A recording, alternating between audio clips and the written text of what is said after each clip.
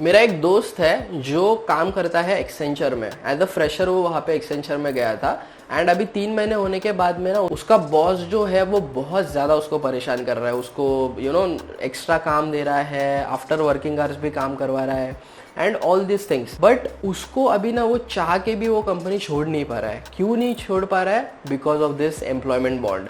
अभी ये employment bond की वजह से उसके एम्प्लॉयमेंट बॉन्ड के क्लॉज में लिखा हुआ है कि भाई 2 साल के पहले अगर तूने कंपनी छोड़ी तो तेरे को कंपनी को 2 लाख रुपए पेनल्टी अमाउंट देनी है। अभी 2 लाख तो वो बंदे ने 3 महीने में नहीं कमाया, राइट? तो फिर वो क्यों देगा? Now this is what happens with many individuals and ये प्रॉब्लम बहुत लोग फेस करते हैं। And that is why I say कि जो कंपनीज एम्प्लॉयमेंट बॉन्ड रखती है are bad to work with. क्यों?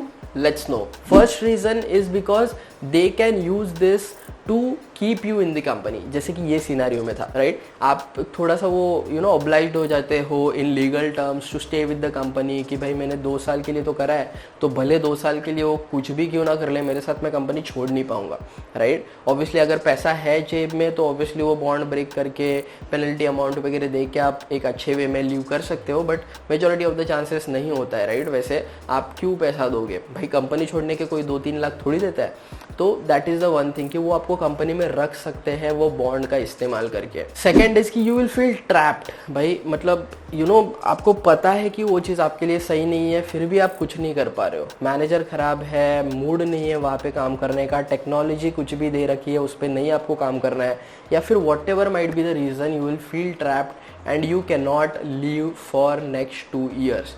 That is what happens, right? And this is how companies benefit from you. Third is कि legally भी आपके problems बढ़ जाएंगे।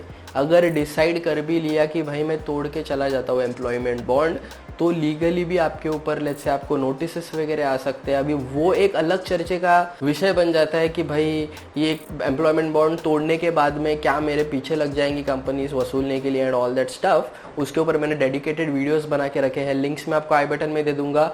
बहुत ज़्यादा सिंप्लीफाइड वे में मैंने बताया कि एम्प्लॉयमेंट बॉन्ड तोड़ने के बाद में क्या होता है, राइट?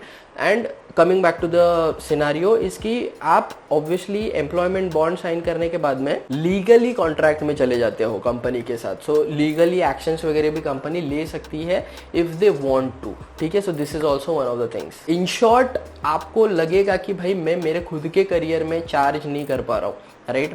मेरा करियर मेरे ही हाथों में नहीं है, 2 साल के लिए तो भाई मेरे को खरीद लिया है किसी कंपनी में।